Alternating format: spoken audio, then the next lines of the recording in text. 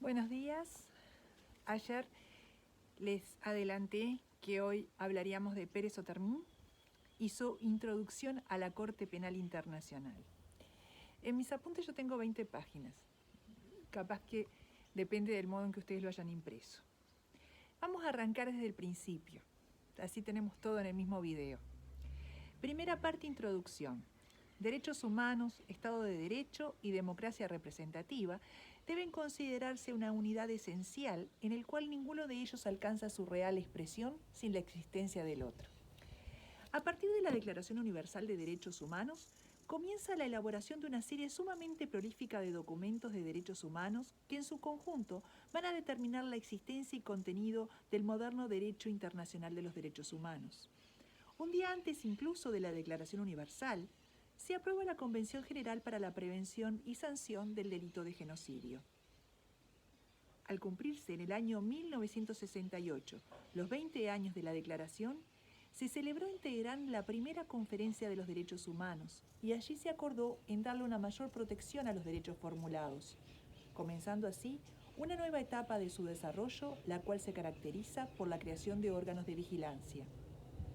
En los años subsiguientes, se continúa desarrollando el derecho internacional de los derechos humanos y se aprueban, entre otros documentos, la Convención sobre la Represión y el Castigo del Crimen del Apartheid en 1973 y el CAT. Asimismo, también se crea un gran número de órganos de vigilancia sobre convenciones anteriores. Así, por ejemplo, se crea el Grupo de los Tres en la Convención contra el Apartheid y comités de órganos de tratados. Eso se ve en el repartido de derechos humanos. En junio de 1993 se celebra en Viena la Segunda Conferencia Mundial sobre los Derechos Humanos y se propone, luego adoptada por la Asamblea General, se propone la creación del Alto Comisionado de las Naciones Unidas para los Derechos Humanos. Comienza asimismo, a partir de esta conferencia, una nueva etapa en el desarrollo de los derechos humanos, la de la sanción frente al incumplimiento. Como consecuencia de los hechos ocurridos en varias partes del mundo, dictaduras en América Latina, depuración étnica en Europa y África, etc., se crean nuevas figuras criminales.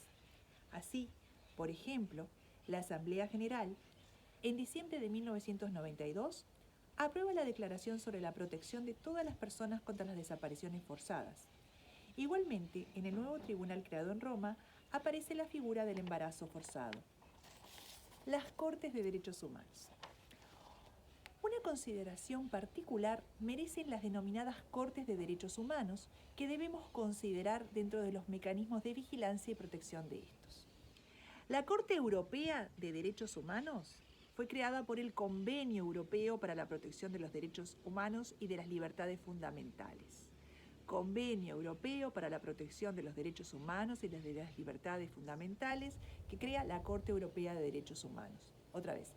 Corte Europea de Derechos Humanos, creada por el Convenio Europeo para la Protección de los Derechos Humanos y de las Libertades Fundamentales. Fue aprobado en Roma en noviembre de 1950 y su texto fue complementado por sucesivos protocolos. Ahora la nuestra, la Corte Interamericana, fue creada por la Convención Americana sobre Derechos Humanos, aprobada en 1969 y entró en vigencia en julio de 1978. Ambas, la Corte Europea de Derechos Humanos y la Corte Interamericana, ambas tienen competencia jurisdiccional y se insertan dentro de las convenciones que las crearon, no siendo el único órgano en la estructura prevista para controlar la vigencia y cumplimiento de los derechos allí enumerados, sino que la comparten con la Comisión Interamericana de Derechos Humanos y la Comisión Europea de Derechos Humanos respectivamente. Entonces la competencia jurisdiccional la tienen ambas, pero no son el único órgano previsto para controlar vigencia y cumplimiento. Comparten ese control de vigencia y cumplimiento con la Comisión Interamericana y con la Comisión Europea, respectivamente. ¿Está? Las Cortes juzgan la existencia de violaciones a los derechos humanos enumerados en las respectivas convenciones, así como el incumplimiento de los estados signatarios en cuanto a las obligaciones que corresponden. En la Corte Interamericana, solo los estados y la Comisión tienen derecho a someter un caso a decisión de la Corte. Los individuos no tienen acceso a ella. Las partes en el juicio serán, por tanto, Estado contra Estado o Comisión contra Estado. En el caso de la Corte Europea, el Protocolo 9, que entró en vigencia en 1994, autorizó también a presentarse directamente ante la Corte a los individuos. Y más aún, también autorizó a las organizaciones no gubernamentales o grupos de individuos, con lo que estableció un cambio revolucionario en el continente europeo, ¿verdad? Entonces, en Europa, en la Corte Europea, se pueden presentar los individuos ante la Corte y también las organizaciones no gubernamentales o grupos de individuos. En la Corte Americana son los estados y la Comisión los que pueden ir ante la Corte. Las decisiones de las Cortes de ambas carecen de la facultad de ejecución compulsiva, aunque es obligación de los estados dar cumplimiento a sus sentencias. De todos modos, una condena dictada por ellas tiene un peso político y ejerce una presión internacional que en los hechos puede ser tan eficaz como una pena. Las Cortes, por tanto, son órganos jurisdiccionales, diferenciándose así de los demás órganos de control citados, como la Comisión de Derechos Humanos de la ONU o el Consejo, y los comités enumerados con anterioridad. Ambas Cortes tienen, además de la competencia contenciosa jurisdiccional, competencia consultiva. Capítulo 2. El derecho internacional humanitario. Paralelamente al desarrollo del derecho internacional de los derechos humanos, aparece el derecho internacional humanitario. El derecho internacional humanitario reúne las normas de derecho internacional que regulan las conductas de las partes en un conflicto armado con el fin de asegurar el respeto de ciertos principios de humanidad. Se diferencia fundamentalmente del derecho de los derechos humanos por su campo de aplicación. Mientras el derecho de los derechos humanos se aplica a todos los individuos con carácter general, el derecho internacional humanitario se aplica únicamente en una situación excepcional de violencia, que es el conflicto armado. ¿Está? Entonces, los derechos humanos tienen distinto campo de aplicación que el derecho internacional humanitario. ¿Por qué? Porque los derechos humanos se aplican a todos los individuos con carácter general y el internacional humanitario únicamente en una situación excepcional de violencia, que es el conflicto armado. Cabe tener presente que esta fractura está prevista en la mayoría de los tratados de derechos humanos, autorizando a los estados, en determinadas circunstancias, a suspender su vigencia. El conflicto armado es justamente por excelencia esta situación prevista. El contenido del derecho internacional humanitario está comprendido esencialmente en los convenios de Ginebra de 1949 y sus protocolos adicionales de 1977 y en el denominado Derecho de la Haya. Los convenios de Ginebra son los siguientes. 4. Convenio para aliviar la suerte que corren los heridos, los enfermos de las Fuerzas Armadas en campaña. 2. Convenio destinado a aliviar la suerte que corren los heridos y los enfermos y los náufragos de las Fuerzas Armadas en el mar. 3. Convenio relativo al trato debido a los prisioneros de guerra. 4. Convenio referido a la protección de las personas civiles en tiempos de guerra. Entonces, ¿cuáles son los 4? Convenio para aliviar la suerte que corren los heridos, los enfermos de las Fuerzas Armadas en campaña. 2. Convenio destinado a aliviar la suerte que corren los heridos, los enfermos y los náufragos de las Fuerzas Armadas en el mar. 3. Convenio relativo al trato debido a los prisioneros de guerra. 4. Convenio referido a la protección de las personas civiles en tiempo de guerra. Entonces son los heridos y enfermos de las Fuerzas Armadas en campaña, los heridos, los enfermos y los náufragos, Fuerzas Armadas en el mar, prisioneros de guerra y las personas civiles. Es de sumo interés recalcar que en los convenios de Ginebra se consagra a texto expreso el criterio de jurisdicción universal de represión de los individuos por los delitos allí consagrados, pero dejando su accionar en manos de las jurisdicciones nacionales. Todos los estados partes tienen competencia y aún más obligación de juzgar a las personas que han cometido infracciones graves a las disposiciones de los convenios y en caso de no poder o no querer hacerlo, deben permitir que otros estados juzguen en su lugar. Es la consagración del principio aut dedere aut judicare, artículo 49 del convenio, el cual se repite casi textualmente en los otros. Entonces, que los estados tienen más que la competencia, tienen competencia y tienen obligación de juzgar a las personas que han cometido infracciones graves a las disposiciones de los convenios. Y si no pueden o no quieren hacerlo, tienen que permitir que otros estados juzguen en su lugar.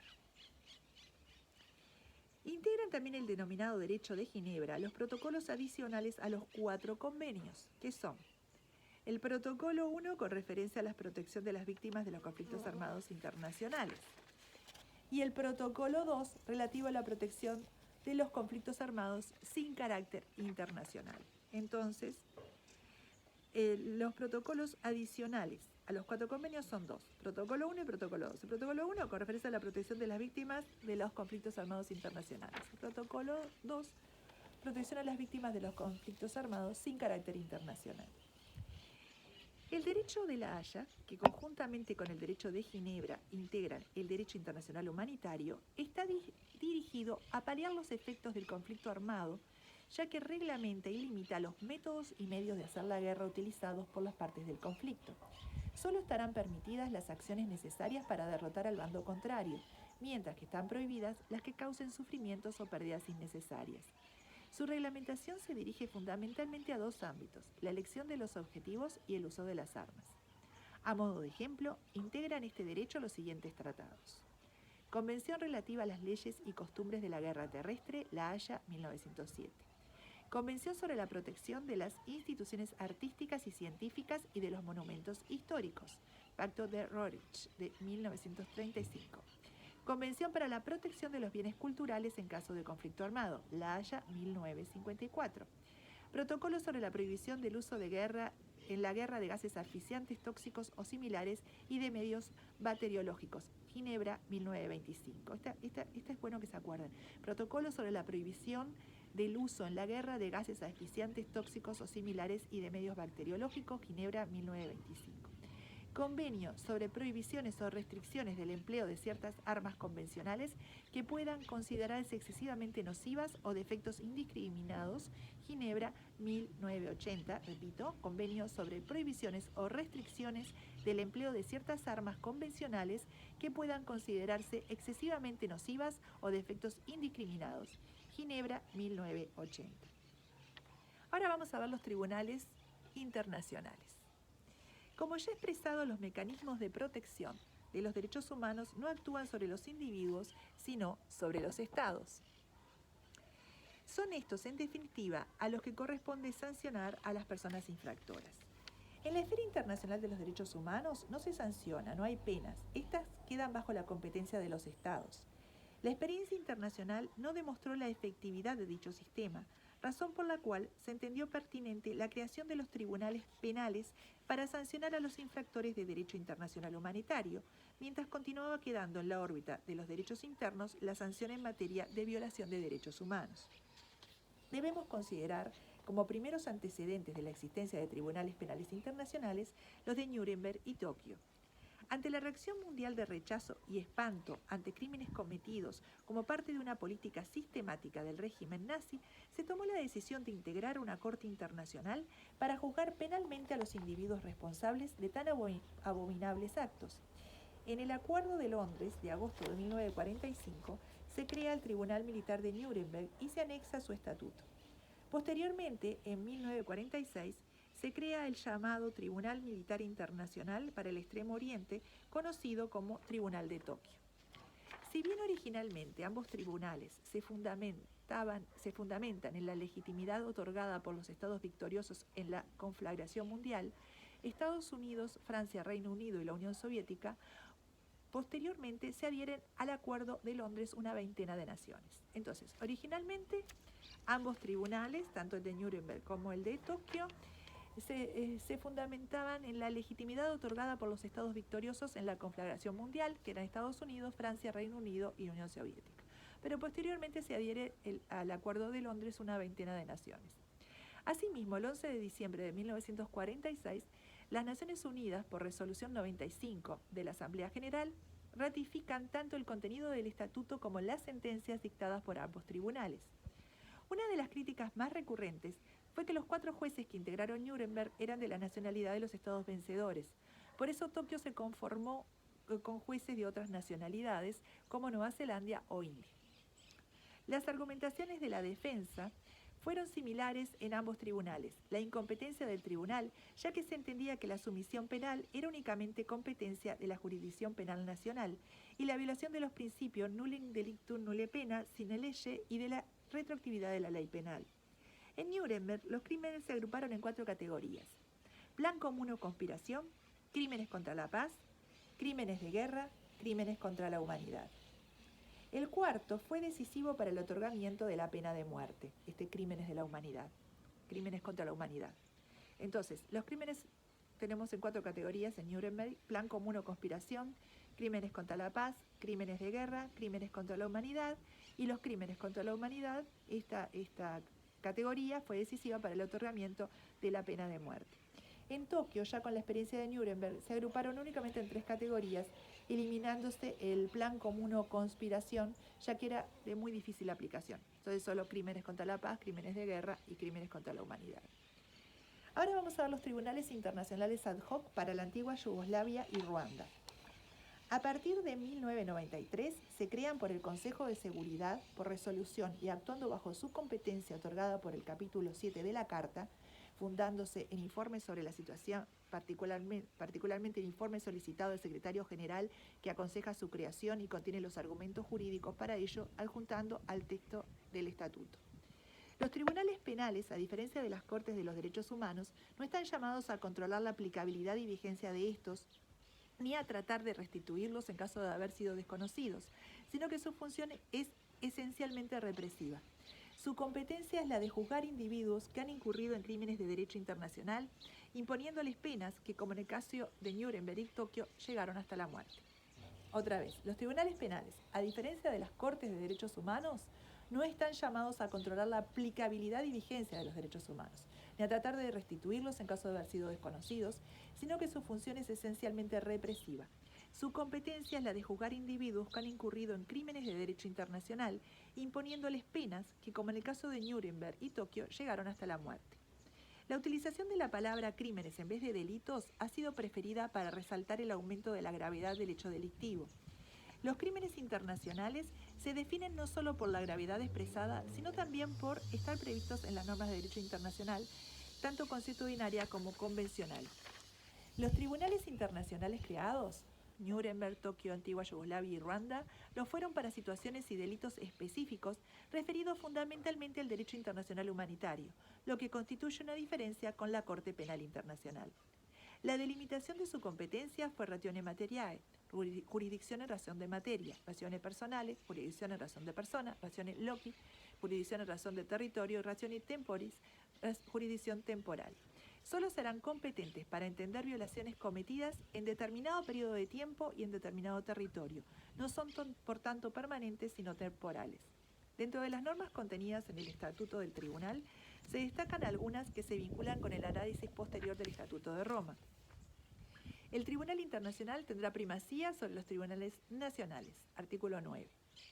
Su composición será en 2 salas de primera instancia y una de apelaciones, un fiscal y una secretaría, artículo 11.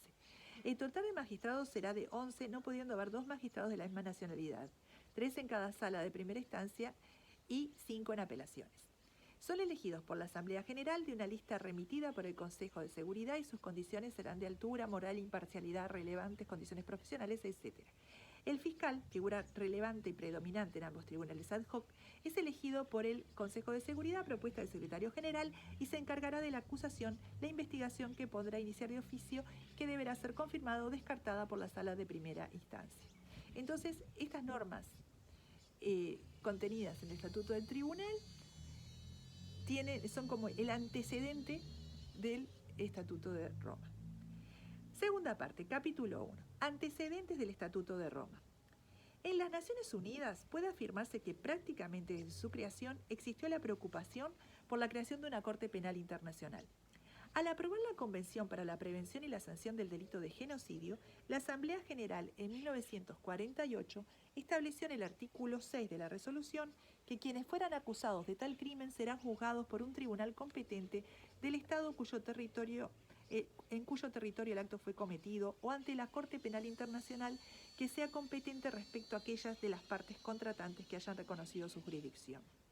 Entonces, Al aprobar la Convención para la Prevención y la Sanción del Delito de Genocidio, la Asamblea General en 1948 estableció en el artículo 6 de la resolución que quienes fueran acusados de tal crimen serán juzgados por un tribunal competente del Estado en cuyo territorio el acto fue cometido o ante la Corte Penal Internacional que sea competente respecto a aquellas de las partes contratantes que hayan reconocido su jurisdicción. Entonces, las Naciones Unidas, desde su creación, tenían la preocupación de crear una Corte Penal Internacional. Y cuando aprobaron la Convención para la Prevención y Sanción del Delito de Genocidio, la Asamblea General establece en el artículo 6 de la resolución que quienes fueran acusados de crimen de genocidio serán juzgados por un tribunal competente del Estado en cuyo territorio el acto fue cometido o ante una Corte Penal Internacional que sea competente respecto a aquellos actos, aquellos de las partes contratantes, a estos actos de genocidio de las partes contratantes que reconocieron su jurisdicción. Me trabalenguas. Vamos a ver si lo traducimos al uruguayo. Entonces, las Naciones Unidas siempre tuvieron desde la creación la preocupación por crear una Corte Penal Internacional. Cuando aprobaron la Convención para la Prevención y Sanción del Delito de Genocidio, ¿qué es lo que estableció la Asamblea General? Esto fue en el año 48, ¿verdad? En el artículo 6 de la resolución. Aquellos que fueran acusados de crimen van a ser juzgados por un tribunal competente del Estado en cuyo territorio se cometió el acto. O por una Corte Internacional. Una Corte Internacional que sea competente.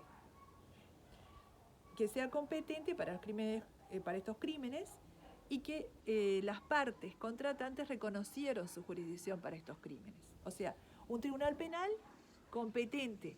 ¿Por qué competente? Porque las partes reconocieron su jurisdicción. Desde aquella época, los trabajos se han desarrollado mayoritariamente en las competencias de la Comisión de Derecho Internacional. El tratamiento del tema se congela durante la Guerra Fría y después de esta, a instancia de Trinidad y Tobago, preocupado por juzgar a los autores de delito de narcotráfico, la Asamblea General decide en 1989 encomendar a la Comisión de Derecho Internacional que se ocupe de la cuestión de establecer un Tribunal Penal Internacional. Entonces, en el 89 la Asamblea General le va a encomendar a la Comisión de Derecho Internacional que se ocupe de establecer un Tribunal Penal Internacional.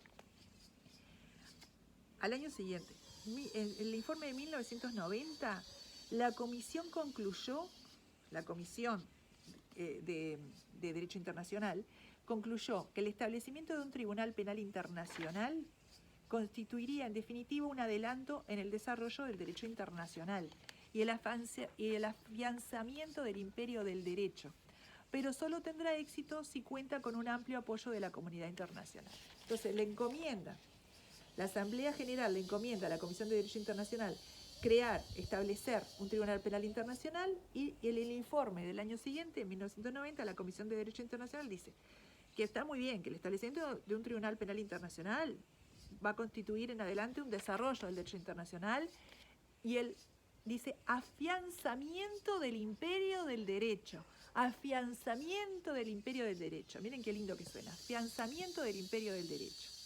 Pero solo tendrá éxito si cuenta con un amplio apoyo de la comunidad internacional. Si la comunidad internacional no lo apoya, no tiene éxito. Pero que sería un afianzamiento del imperio del derecho y sería un desarrollo del derecho internacional. Un desarrollo y afianzamiento del imperio del derecho.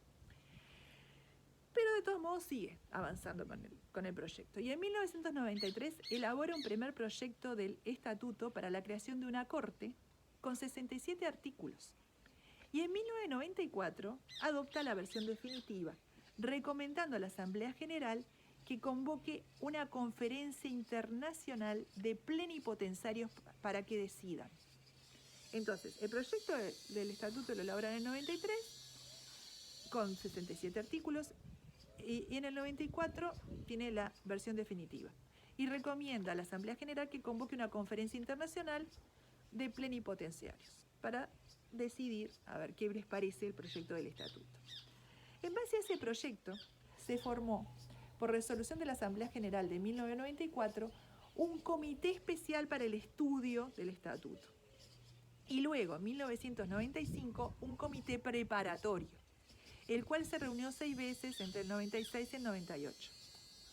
Por último, la Asamblea General convocó a la Conferencia Diplomática de Plenipotenciarios en Roma el 15 de junio, del 15 de junio al 17 de julio de 1998, fecha en que se firmó el Estatuto de Roma, por el que se creó la Corte Penal Internacional.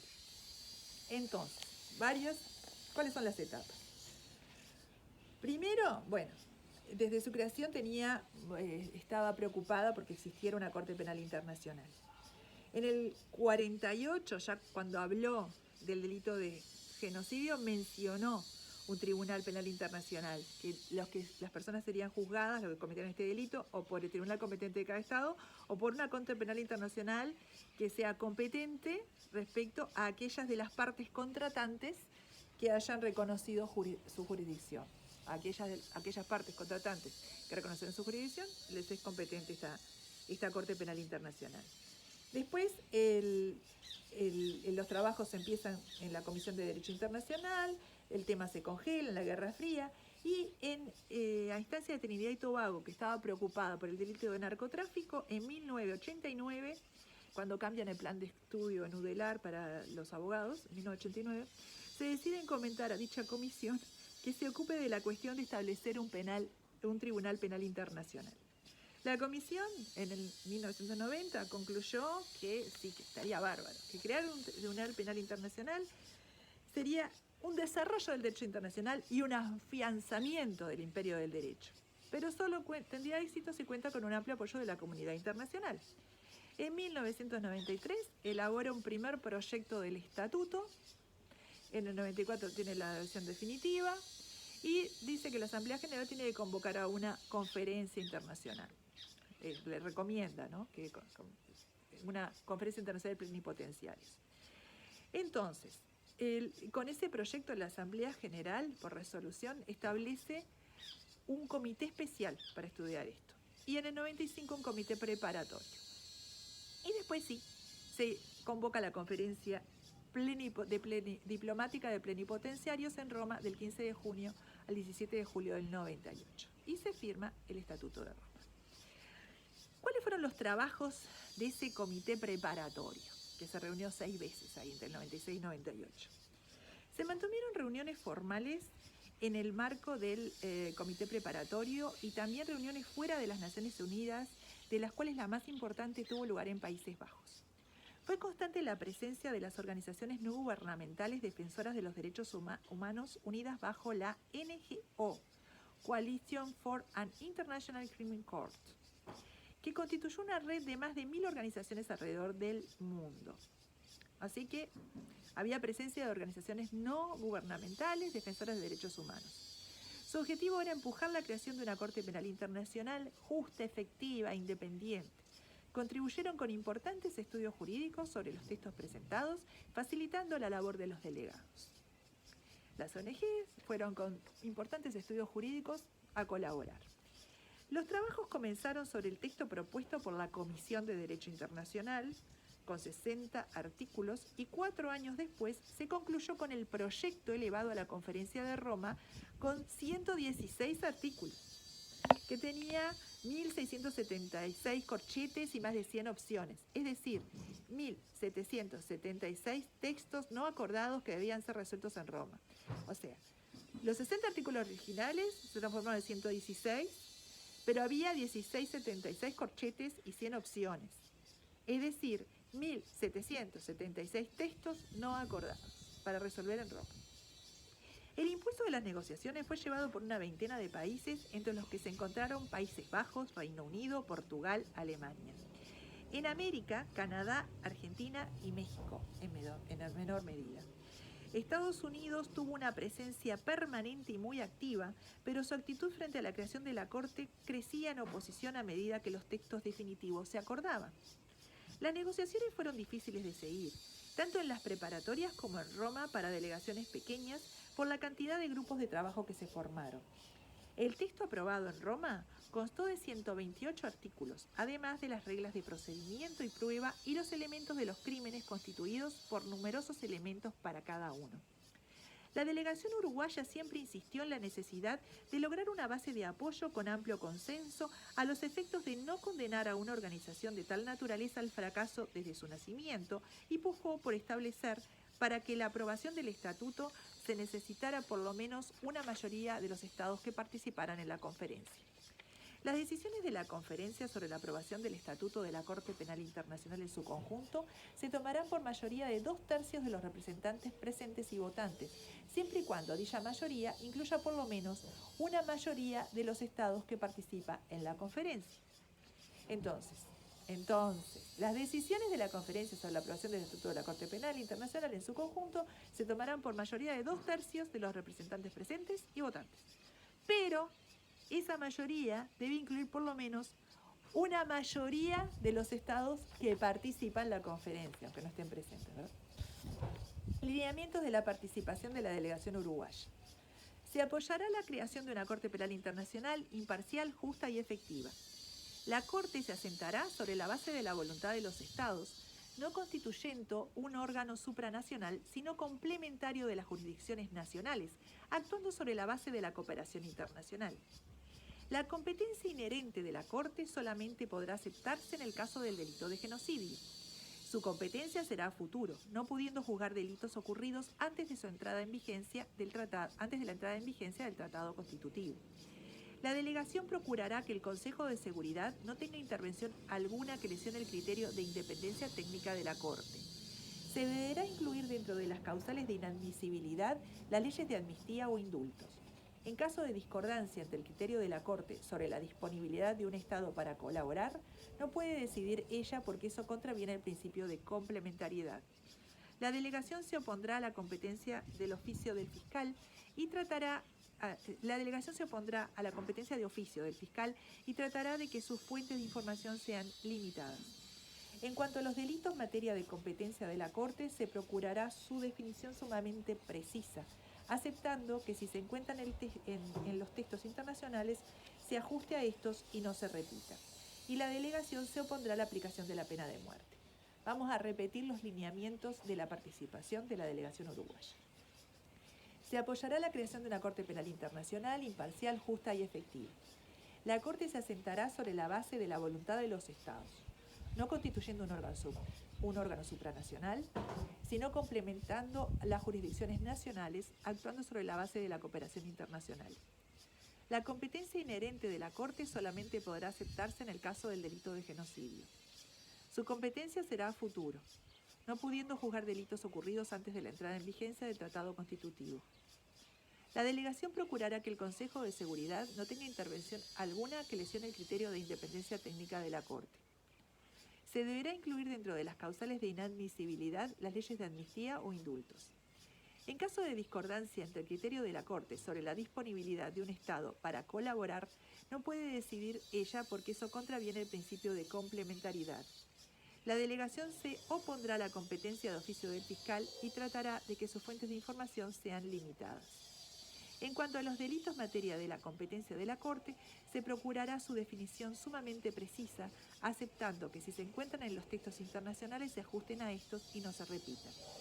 La delegación se opondrá a la aplicación de la pena de muerte. Ahora vamos propiamente a lo que fue la Conferencia de Roma. La Conferencia de Roma tuvo amplia participación. 161 países en 186 miembros de la ONU al momento, además de todos los órganos de Naciones Unidas, así como las organizaciones intergubernamentales y las ONG. Presidió Italia y entre los varios vicepresidentes estuvo Uruguay. El estatuto fue aprobado el 17 de julio de 1998. La votación no fue registrada y el resultado fue de 120 votos a favor, incluido Uruguay, 7 en contra. Los 7 en contra, atentos, fueron Estados Unidos, China, Irak, Israel, Qatar, Yemen y 21 abstenciones. Junto con el estatuto se aprobó el acta de la conferencia que habilitaba a los estados que no firmaron el estatuto a participar de las siguientes negociaciones de la Comisión Preparatoria para el Establecimiento de la Corte. Uruguay firmó el acta. En su voto afirmativo del estatuto explicó el voto, manifestando que votaba a favor no por compartir todo el texto, sino por contribuir al proceso de desarrollo y fortalecimiento del derecho internacional a través del establecimiento de instituciones judiciales. Resaltó su disconformidad con la redacción final vinculada a las disposiciones sobre admisibilidad y el tratamiento de leyes de amnistía y sobre los poderes otorgados al fiscal. Firmó el estatuto con posterioridad en diciembre del 2000 en Nueva York. Entonces, Uruguay firmó el acta y en su voto afirmativo del estatuto explicó el voto, manifestando que votaba a favor, no por compartir todo el texto, sino por contribuir al proceso de desarrollo y fortalecimiento del derecho internacional a través del establecimiento de instituciones judiciales. Resaltó su disconformidad con la redacción final vinculada a las disposiciones sobre admisibilidad y al tratamiento de leyes de amnistía y sobre los poderes otorgados al fiscal. Firmó el estatuto con posterioridad en diciembre del 2000 en Nueva York. Hubieron críticas a la conducción de la conferencia y múltiples solicitudes de enmienda de errores en varios idiomas. No obstante, desde el punto de vista numérico, sin lugar a dudas, el estatuto logró una aceptación general. Ahora vamos al capítulo 2, que es la estructura de la Corte Penal Internacional. Estructura de la Corte. La Corte fue creada como una institución permanente, no limitada en su competencia a delitos en determinado tiempo ni tampoco en determinado territorio, a diferencia de los tribunales ad hoc. Entonces, la Corte fue creada como una institución permanente, no limitada en su competencia a delitos en determinado tiempo, ni tampoco en determinado territorio, a diferencia de los tribunales ad hoc. Su jurisdicción, salvo por el terrorismo y el narcotráfico, se extiende a todas las violaciones más graves que pueda cometer el ser humano sin delimitación de un espacio territorial preestablecido. Será competente para juzgar personas y no estados, contrario a lo que ocurre con las Cortes de Derechos Humanos. Se crea como una organización internacional con personería jurídica independiente de la ONU, a la cual vinculará por un nuevo acuerdo que deberá aprobar la Asamblea General de los Estados parte. Estará compuesta por 18 magistrados, elegidos por la Asamblea General de los Estados partes, convocada con ese fin, y permanecerán en sus cargos por 9 años sin posibilidad de reelección. Las condiciones que deberán reunir y el procedimiento para su elección está dispuesto detalladamente en el artículo 36. Como una norma novedosa, el Estatuto exige que los Estados partes tengan en cuenta la necesidad de que en la composición de la Corte haya una representación equilibrada entre magistrados, mujeres y hombres. Artículo 36, numeral 8A. También debe reflejar especializaciones específicas en temas como, por ejemplo, violencia contra las mujeres o los niños. Artículo 36, numeral 8B. Se compone de los siguientes órganos: la Presidencia, una sección de apelaciones, una sección de primera instancia y una sección de cuestiones preliminares, la Fiscalía, la Secretaría. La Presidencia se integra con el presidente, el vicepresidente primero y el vicepresidente segundo, y estará encargada de la correcta administración de la Corte, con excepción de la Fiscalía y las demás funciones que se le confieren de acuerdo con el Estatuto. Los 3 integrantes son elegidos por mayoría absoluta de los magistrados y durarán en sus cargos por un periodo de 3 años, reelegibles una vez. El presidente, en el momento que se escribió este libro, era el juez polaco Piotr Hofmanski, no sé si sigue siendo; la primera vicepresidenta, la juez peruana Luz del Carmen Ibáñez Carranza, no sé si sigue siendo; y el segundo vicepresidente, el juez originario de la República Democrática del Congo, Antoine Kesia Mibi Mindua, electos en marzo de 2021. A ver, si fueron electos en marzo de 2021 y son 3 años, 22, 23, 24, están todavía. Entonces, vamos de vuelta. El actual presidente es el juez polaco Piotr Hofmanski. La primera vicepresidenta, la juez peruana Luz del Carmen Ibáñez Carranza. Y el segundo vicepresidente, el juez originario de la República Democrática del Congo, Antoine Kesia Mibi Mindua. Entonces, el actual presidente es el juez polaco Piotr Piotr Hofmanski. Primera vicepresidenta, juez peruana Luz del Carmen Ibáñez Carranza. Segundo vicepresidente, el juez originario de la República Democrática del Congo, Antoine Kesia MBE Mindua. Antoine Kesia MBE, Kesia _MBE Mindúa, electos en marzo de 2021. La sección de apelaciones se compondrá de un presidente y otros 4 magistrados. La sección de primera instancia, así como la de cuestiones preliminares, con no menos de 6 magistrados cada una. La Fiscalía actúa en forma independiente como un órgano separado de la Corte y está dirigida por el fiscal, quien tiene plena autonomía para administrarla. Entonces, la Fiscalía actúa en forma independiente como un órgano separado de la Corte y está dirigida por el fiscal, quien tiene plena autonomía para administrarla, personal, instalaciones, recursos, etc. Se integra también por uno o más fiscales adjuntos que deben ser de diferentes nacionalidades y con dedicación exclusiva. El fiscal es elegido por votación secreta por mayoría absoluta de los miembros de la Asamblea de los Estados partes. Los fiscales adjuntos se eligen de la misma forma, pero de una lista presentada por el fiscal.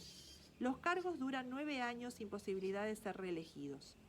Se prevé que el fiscal nombre asesores jurídicos especialistas en determinados temas, como por ejemplo violencia sexual, violencia de género y violencia contra los niños. El fiscal actual es el británico Karim Khan, electo en febrero de 2021. Entonces, la Fiscalía es independiente, es un órgano separado de la Corte, está dirigida con el fiscal que tiene plena autonomía. Se integra también con algunos fiscales adjuntos, que es de distintas nacionalidades con dedicación exclusiva. El fiscal es elegido por votación secreta, por mayoría absoluta de los miembros de la Asamblea de los Estados partes. Los fiscales adjuntos se eligen de la misma forma, pero en una lista presentada por el fiscal. Y los cargos duran 9 años y no pueden ser reelectos. Entonces este hombre, Karim Khan, electo en 2021, va a estar hasta el 2030. La Secretaría está integrada por un secretario que será el principal funcionario administrativo de la Corte y quien ejercerá sus funciones bajo la autoridad del presidente de la Corte. Habrá también un secretario adjunto. El secretario será elegido por los magistrados en votación secreta por mayoría absoluta por un término de 5 años y reelegible por una sola vez. El adjunto también, pero a recomendación del secretario, y puede ser por un término más breve. En cuanto a la financiación, ¿cómo se paga todo esto, no? La Corte fue creada como un organismo independiente, criterio que determinó la necesidad de contar con su presupuesto y recursos propios para su funcionamiento. Los fondos se sufragarán por cuotas de los Estados partes y por fondos procedentes de las Naciones Unidas, con sujeción a la aprobación de la Asamblea General. Entonces, fondos de las Naciones Unidas y cuotas de los Estados partes. Ahora vamos a ver la Asamblea de los Estados partes. La Asamblea de los Estados partes es un órgano creado por la Conferencia de Roma que se integra en el estatuto aprobado, pero que sin embargo no forma parte de la estructura de la Corte. Se integra por un representante por cada Estado parte, teniendo un voto cada uno. Los Estados no signatarios del estatuto podrán participar como observadores. O sea, en esta Asamblea de los Estados partes, como dice, es la Asamblea de los Estados partes del estatuto. Se reúne una vez al año en la sede de la Corte o de las Naciones Unidas, sin perjuicio de periodos extraordinarios. Entonces, la Asamblea de los Estados parte de la Corte contará con una mesa integrada por un presidente, 2 vicepresidentes y 18 miembros elegidos por la Asamblea por periodos de 3 años. Teniendo en cuenta el principio de distribución geográfica equitativa y la representación adecuada de los principales sistemas jurídicos del mundo. Entonces, la Asamblea contará con una mesa, con presidente, 2 vicepresidentes, 18 miembros elegidos por la Asamblea por 3 años. Teniendo en cuenta el principio de la distribución geográfica equitativa. Tanto la Asamblea como la Mesa intentarán tomar las decisiones por consenso y en caso de que no sea posible, por mayoría de 2/3. La Asamblea tendrá importantes funciones como supervisar las cuestiones administrativas de la Presidencia, del Fiscal y la Secretaría, así como modificar el número de magistrados. También será competente en lo que son las enmiendas y revisión del Estatuto. Desde el punto de vista político, la tarea más importante es la de examinar las cuestiones relativas a la falta de cooperación previstas en los numerales 5 y 7 del artículo 87 del Estatuto. Ahora vamos a ver en el capítulo 3 lo que es de la competencia de la Corte. El principio de complementariedad. La competencia de la Corte está fundada en este principio, que es el pilar fundacional sobre el cual se edifica su estructura. Es la regla básica sobre la cual, a juicio del autor, debe partir toda interpretación de su estatuto. La Corte tendrá por finalidad complementar los sistemas judiciales nacionales en materia penal en aquellos casos en que esos sistemas no existan o no sean eficaces tales procedimientos de enjuiciamiento. Entonces, la competencia de la Corte está fundada en el principio de complementariedad. El principio de complementariedad. La competencia de la Corte está fundada en este principio. El principio de complementariedad es el pilar fundacional sobre el cual se edifica la estructura de la Corte. El principio de complementariedad es la regla básica sobre el cual, a juicio de Pérez Otermin, debe partir toda interpretación del Estatuto de la Corte. La Corte tendrá por finalidad complementar los sistemas judiciales nacionales en materia penal en aquellos casos en que esos sistemas no existan o no sean eficaces tales procedimientos de enjuiciamiento. La Corte tendrá por finalidad complementar los sistemas judiciales nacionales en materia penal en aquellos casos en que estos sistemas no existan o no sean eficaces tales procedimientos de enjuiciamiento.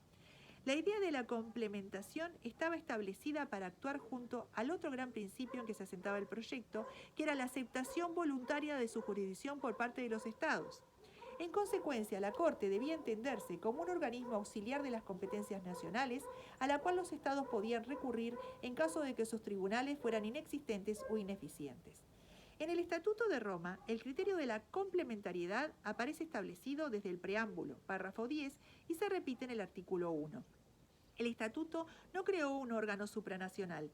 Se expresó en reiteradas oportunidades que la Corte no debía estar por encima ni por debajo de los tribunales nacionales. Sin embargo, la real competencia de la Corte y alcance del principio de complementariedad surgen principalmente del artículo 17, que trata de las cuestiones de admisibilidad.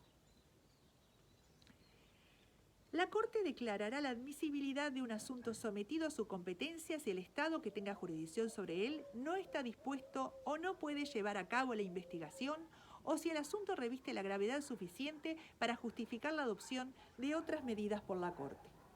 El artículo precisa en su numeral segundo las circunstancias que permitirán a la Corte decidir si hay disposición o no del Estado para investigar y juzgar. Entonces, ¿cuáles son estas circunstancias? Tenemos A, B y C. A, que el juicio haya estado o esté en marcha, o que la decisión nacional haya sido adoptada con el propósito de sustraer a la persona de que se trate de su responsabilidad penal por crímenes de la competencia de la Corte.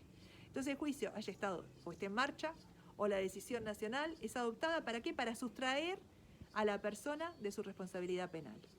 B, que haya una demora injustificada en el juicio, que dadas las circunstancias sea incompatible con la intención de hacer comparecer a la persona de que se trate ante la justicia. Y C, que el proceso no haya sido o no esté siendo sustanciado de manera independiente o imparcial y haya sido o esté siendo sustanciado de forma en que, dadas las circunstancias, sea incompatible con la intención de hacer comparecer a la persona de que se trate ante la justicia. Entonces sería, cuando el juicio o la decisión se hace para sustraer a la persona de la responsabilidad penal, cuando hay una demora injustificada o cuando el proceso no está siendo sustanciado de manera independiente. En cuanto a la imposibilidad o incapacidad del Estado para juzgar, el artículo establece que la Corte examinará si este Estado, debido al colapso total o sustancial de su administración de justicia o al hecho de que carece de administración de justicia, no puede hacer comparecer al acusado o no tiene la capacidad de recoger las pruebas y testimonios o no puede llevar a cabo el juicio. Imposibilidad que es entonces que el Estado está en un colapso y la administración de justicia o no hay administración de justicia o la administración de justicia está en el mismo colapso del Estado. Y o no puede hacer comparecer al acusado, o no puede recoger pruebas, o no puede llevar a cabo el juicio. Los procedimientos de impugnación de la admisibilidad están regulados por los artículos 18 y 19. Se verán en función de la actuación del fiscal. Y el artículo 20 sobre cosas juzgadas se relaciona directamente. En cuanto a este último, artículo 20, cosas juzgadas, se analiza tres situaciones. La Corte no podrá juzgar nuevamente a quien ya haya sido juzgado por ella misma. O sea, si la Corte ya juzgó, la Corte no puede juzgar de nuevo. Ningún tribunal podrá juzgar nuevamente frente a un fallo ya emitido por la Corte. O sea, la Corte cuando ya juzgó la Corte, no puede la Corte juzgar de nuevo. Y otro tribunal no puede juzgar lo que juzgó la Corte. Y el tercer caso, la situación cuando se encuentra frente a una sentencia dictada por un tribunal nacional.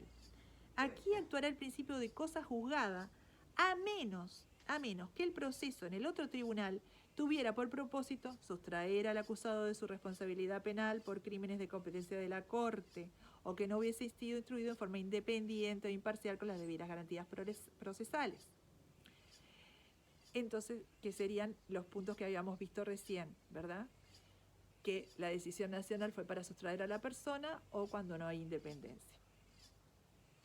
La Corte es la dueña de su propia competencia y es ella misma la que decide frente a un caso de impugnación por un particular acusado o un Estado. Su decisión obliga al Estado legitimándose en la propia aceptación de su texto manifestada por los Estados al ratificar o adherir al tratado que la cría.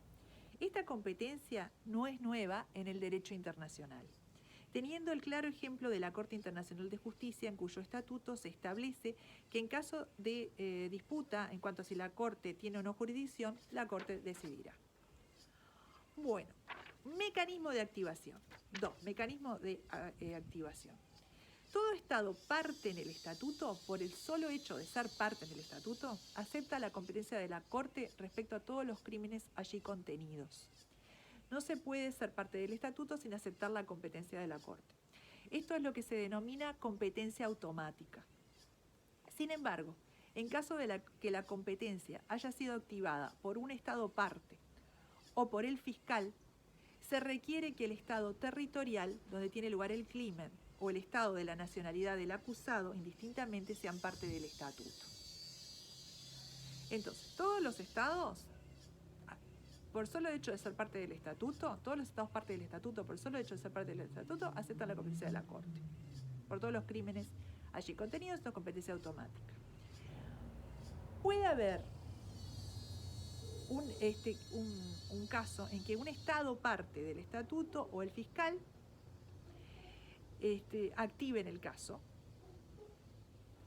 y se requiere o que el Estado donde se cometió el crimen sea parte del estatuto o que el individuo, el acusado, pertenezca a un Estado, sea de la nacionalidad de un Estado parte del estatuto. También puede actuar la Corte en el caso de que un Estado no parte haya expresado su acuerdo para que la Corte ejerza jurisdicción respecto a un crimen específico mediante declaración depositada ante el secretario. Es decir, la competencia automática no significa competencia universal, ya que requiere el consentimiento del Estado.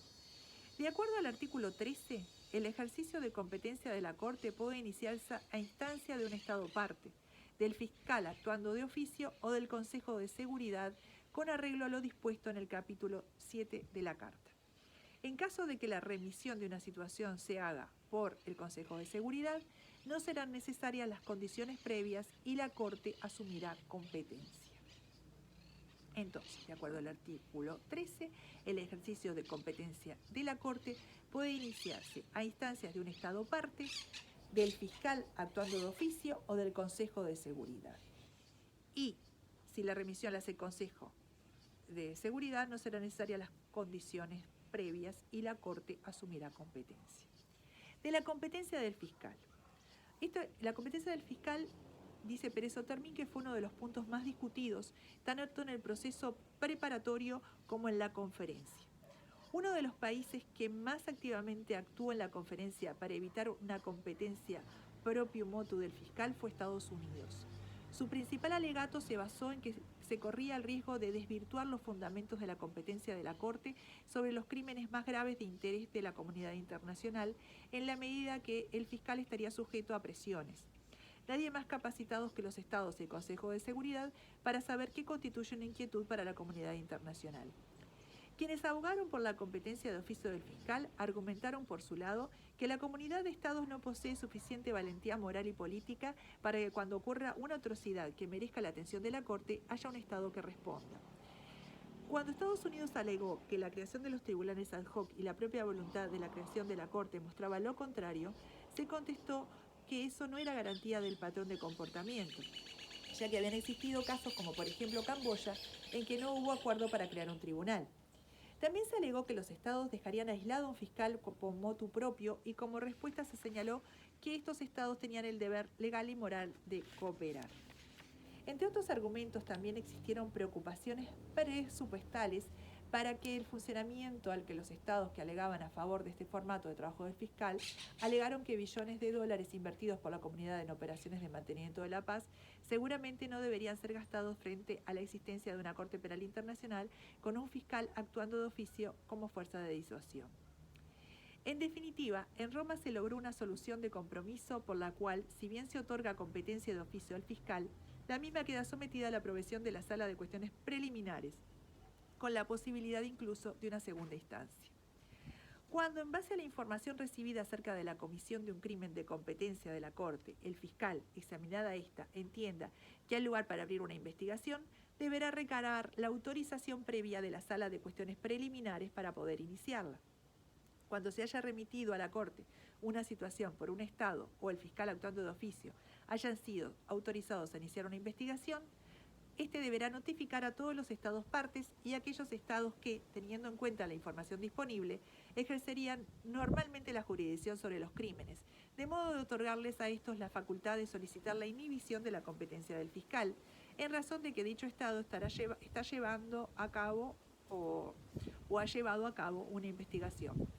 El fiscal podrá solicitar a la Sala de Cuestiones Preliminares que lo autorice igualmente a continuar con la investigación. La decisión de la Sala de Cuestiones Preliminares podrá ser apelada por la Sala de Apelaciones.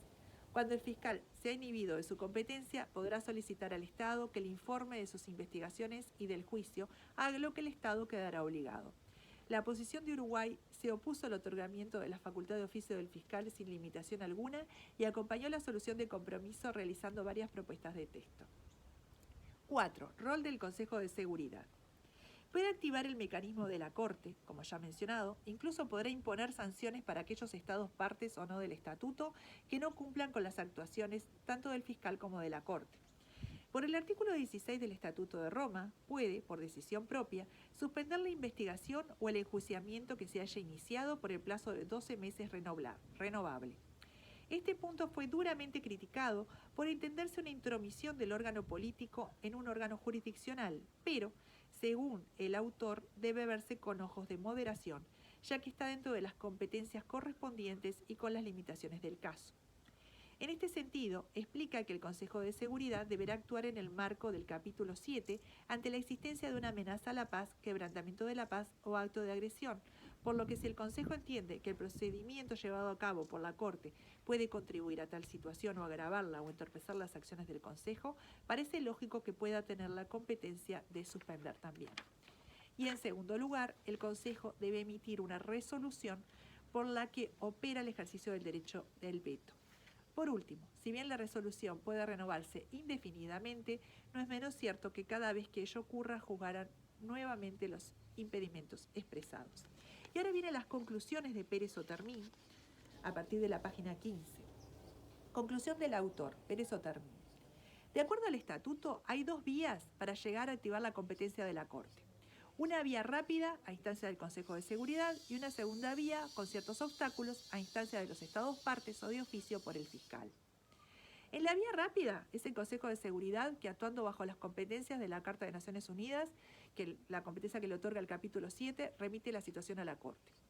El Consejo, para actuar de tal forma, deberá adoptar una resolución para lo cual regirá la limitación del derecho al veto. Entonces, el Consejo de Seguridad, para activar la primera vía, debe adoptar una resolución y rige la limitación del derecho del veto. La situación a ser remitida a la Corte deberá ser definida geográfica y temporalmente, en forma similar en los casos de Yugoslavia y Ruanda. En esta vía no regirán las condiciones previas para el ejercicio de la competencia determinadas en el artículo 12, es decir, que el Estado territorial o el Estado de nacionalidad del acusado sean parte del estatuto. Tampoco será de tener en cuenta el principio de complementariedad, por cuanto la Corte tendrá preeminencia sobre los tribunales nacionales, y ya no interesará que los estados tengan o no la posibilidad o voluntad de juzgar. Es más, quedarán obligados a cooperar con la Corte, sean o no parte del estatuto. Entonces, eso de la complementariedad y de que no esté el Estado juzgando, no importa cuando es el Consejo de Seguridad el que actúa. Igualmente tampoco regirán las limitaciones impuestas al fiscal cuando éste actúa de oficio, sino que por el contrario, éste tendrá plena autoridad para investigar y acusar. Incluso no está obligado a investigar si luego de evaluar la información entiende que no existe fundamento.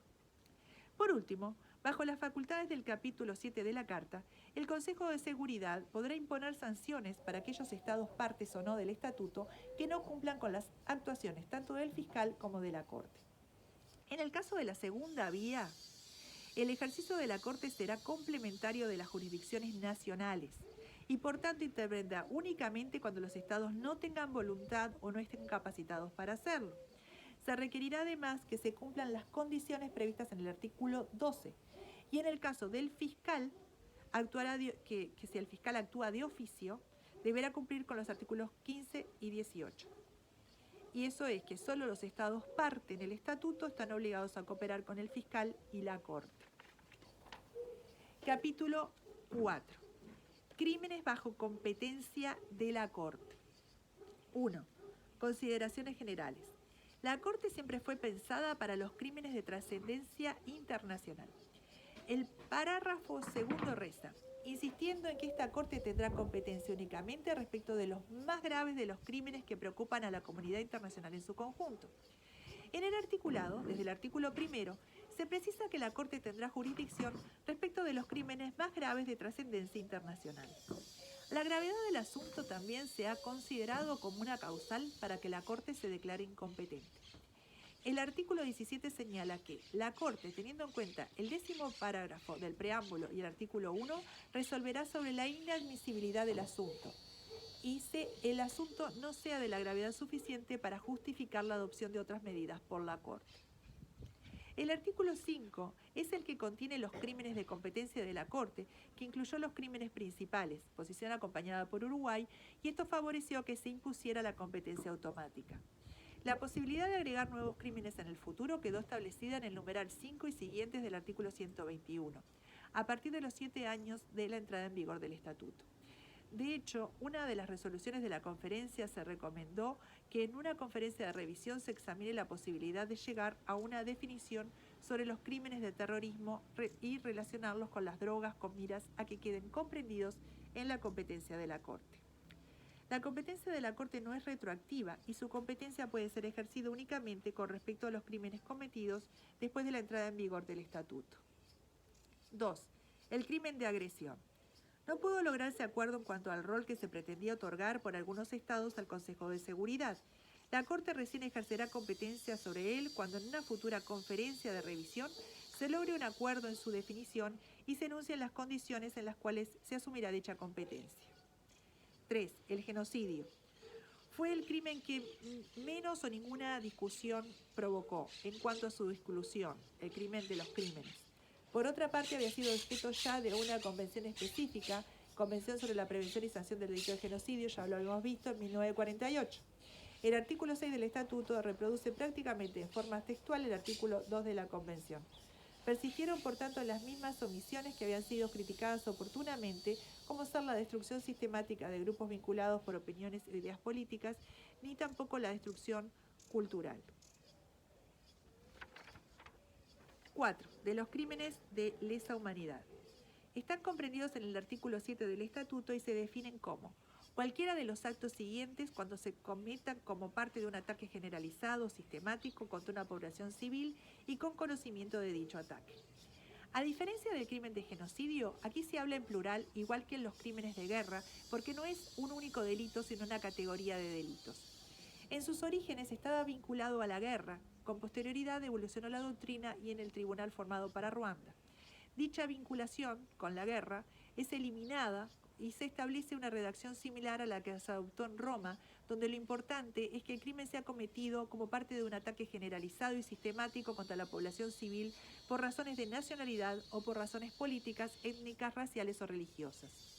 De acuerdo al articulado, debe entenderse por ataque contra una población civil una línea de conducta que implique la comisión múltiple de actos mencionados en el párrafo 1 contra una población civil de conformidad con la política de un Estado o de una organización de cometer ese ataque para promover esa política, literal A numeral 2.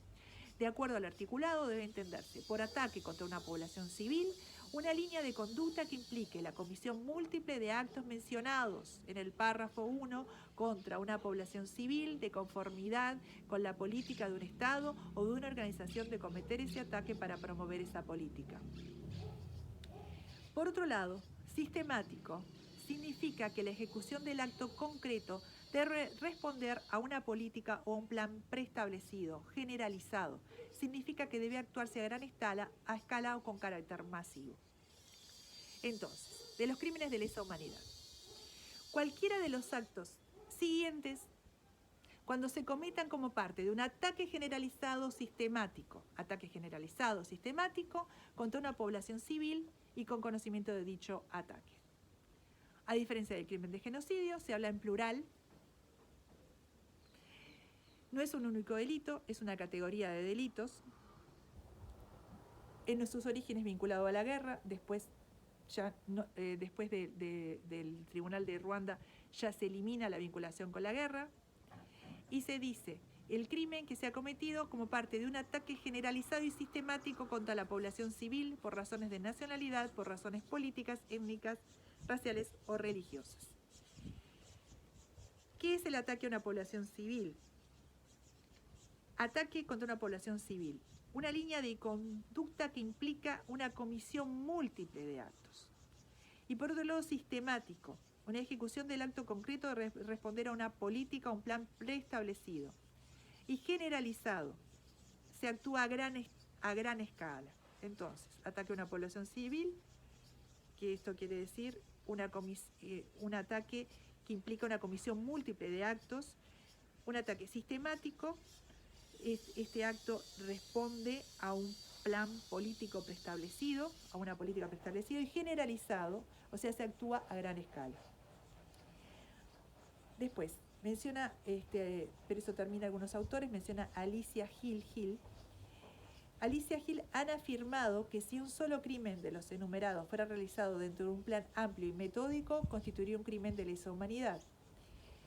Pero eso no comparte esta opinión y entiende que tanto el articulado dedicado a estos crímenes como a los crímenes de guerra establecidos en la reiteración de la comisión múltiple de los mismos, por lo que un acto aislado fuera parte de un plan, no constituiría, según él, un crimen de lesa humanidad. Entonces, si es un solo crimen, si es un acto aislado, no.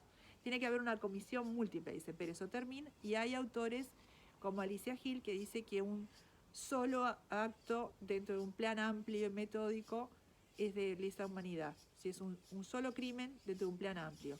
Pero acá Pérez Otermin dice que tiene que haber reiteración o comisión múltiple. Resulta entonces que los crímenes contra la humanidad han de ser cometidos como parte de un plan preestablecido y generalizado, como parte de un ataque de esta índole dirigido, organizado o tolerado por el Estado o una organización, ya sea que detente o no poder político, ya sea una organización de derecho o de hecho. En consecuencia, pueden ser sujetos activos crímenes de lesa humanidad, además del Estado, organizaciones, grupos armados o bandas terroristas. Entonces, los crímenes contra la humanidad tienen que ser cometidos como parte de un plan preestablecido y generalizado, como parte de un ataque de esta índole organizado, tolerado por un Estado o una organización que tenga o no poder político. Y esta organización puede ser de derecho o de hecho. En consecuencia, el sujeto activo puede ser, de los crímenes de lesa humanidad, puede ser el Estado, organizaciones, grupos de acción directa, grupos armados, bandas terroristas. La doctrina no es unánime en cuanto a la posibilidad de que el delito pueda ser cometido incluso por individuos privados. Los actos comprendidos dentro de los crímenes de lesa humanidad son asesinato, exterminio, esclavitud, deportación o traslado forzoso de población, encarcelación u otra privación grave de la libertad física en violación de las normas fundamentales del derecho internacional, tortura, violación, esclavitud sexual, prostitución forzada, embarazo forzoso, esterilización forzada o cualquier otra forma de violencia sexual de gravedad comparable, persecución de un grupo o colectividad con identidad propia fundada en motivos políticos, raciales, nacionales, étnicos, culturales, religiosos, de género definidos en el párrafo 3 y otros motivos universalmente reconocidos como inaceptables con arreglo al derecho internacional, desaparición forzada de personas, el crimen del apartheid otros crímenes inhumanos de carácter similar que causen intencionalmente grandes sufrimientos o atenten gravemente contra la integridad física o la salud mental o física. El numeral 2 del artículo 7 define la mayoría de esos actos. Vamos a los mismos, pero definidos. Exterminio. Comprenderá la imposición intencional de condiciones de vida, entre otras, la privación de acceso a alimentos o medicinas, entre otras, encaminadas a causar la destrucción de parte de una población. Imposición de condiciones de vida, privación de acceso a alimentos, por ejemplo, encaminadas a causar la destrucción de parte de una población. Esclavitud. Se entenderá el ejercicio de los atributos de derecho de propiedad sobre una persona o algunos de ellos, incluido el ejercicio de estos atributos en el tráfico de personas, en particular mujeres y niños. Deportación o traslado forzoso de población. Se entenderá el desplazamiento forzoso de las personas afectadas por expulsión y otros actos coactivos de la zona en que esté legítimamente presente sin motivos autorizados por el derecho internacional. Tortura. Se entenderá causar intencionalmente dolor o sufrimientos graves, ya sean físicos o mentales, a una persona que el acusado tenga bajo su custodia o control. Embarazo forzoso. Se entenderá el confinamiento ilícito de una mujer a la que se ha dejado embarazada por la fuerza con la intención de modificar la composición étnica de una población o de cometer otras violaciones graves de derecho internacional. Persecución. Se entenderá la privación intencional y grave de derechos fundamentales en contravención del derecho internacional en razón de la identidad de un grupo o colectividad. Apartheid. Se entenderán los actos inhumanos de carácter similar a los mencionados en el párrafo 1, cometidos en el contexto de un régimen institucionalizado de opresión y dominación sistemática de un grupo racial sobre uno o más grupos raciales con la intención de mantener el régimen. Desaparición forzada de personas. Se entenderá la aprehensión, la detención, el secuestro de personas por un Estado o una organización política con su autorización, apoyo o aquiescencia, seguido de la negativa de admitir tal privación de libertad o dar información sobre la suerte del paradero de estas personas, con la intención de dejarlas fuera del amparo de la ley por un periodo prolongado y ha sido calificado como delito continuado. El Estatuto de la Corte Penal declaró la imprescriptibilidad de todos los crímenes de su competencia. El Estatuto de la Corte Penal declaró la imprescriptibilidad de todos los crímenes de su competencia. 5. De los crímenes de guerra. Como producto de una transición de último momento y a instancias de Francia, se incluyó como artículo transitorio 124, por el cual se dispuso la facultad de un Estado al hacerse parte del estatuto, de manifestar que durante su un periodo de 7 años contados a partir de la fecha en que el estatuto entre en vigor o a su respecto, no aceptará la competencia de la Corte sobre la categoría de crímenes a que se hace referencia en el artículo 8 cuando se denuncie la comisión de uno de esos crímenes por sus nacionales o en su territorio. Entonces, artículo 124, se dispuso la facultad de un Estado, se puso a instancia de Francia, al hacerse parte del estatuto, de manifestar que durante un periodo de 7 años contados a partir de la fecha en que el estatuto entra en vigor, no aceptará la competencia de la Corte sobre la categoría de crímenes a que se hace referencia en el artículo 8, cuando se denuncie la comisión de uno de esos crímenes por sus nacionales en su territorio. Entonces, por 7 años no va a aceptar la competencia de la Corte cuando se denuncian los crímenes del artículo 8. Esto fue un punto álgido al momento de discutir la jurisdicción automática de la Corte. Habiéndose optado por este tipo de jurisdicción, este artículo permitió una solución para que el Estado adhiera al tratado y deje fuera al menos una de las categorías. En la enunciación de esos crímenes, el Estatuto sigue en general a los textos de los convenios de Ginebra, de los crímenes de guerra, de 1949 y los protocolos del 77. Convenio de Ginebra del 49 y protocolo del 77. Sin embargo, en sus variaciones ha realizado importantes avances para el derecho internacional humanitario. Se inscribe en la tendencia predominante de unificar los derechos de Ginebra y el derecho de la Haya como un todo del derecho internacional humanitario, y en la enumeración de crímenes de guerra se encontrarán normas de los convenios de Ginebra y del derecho de la Haya.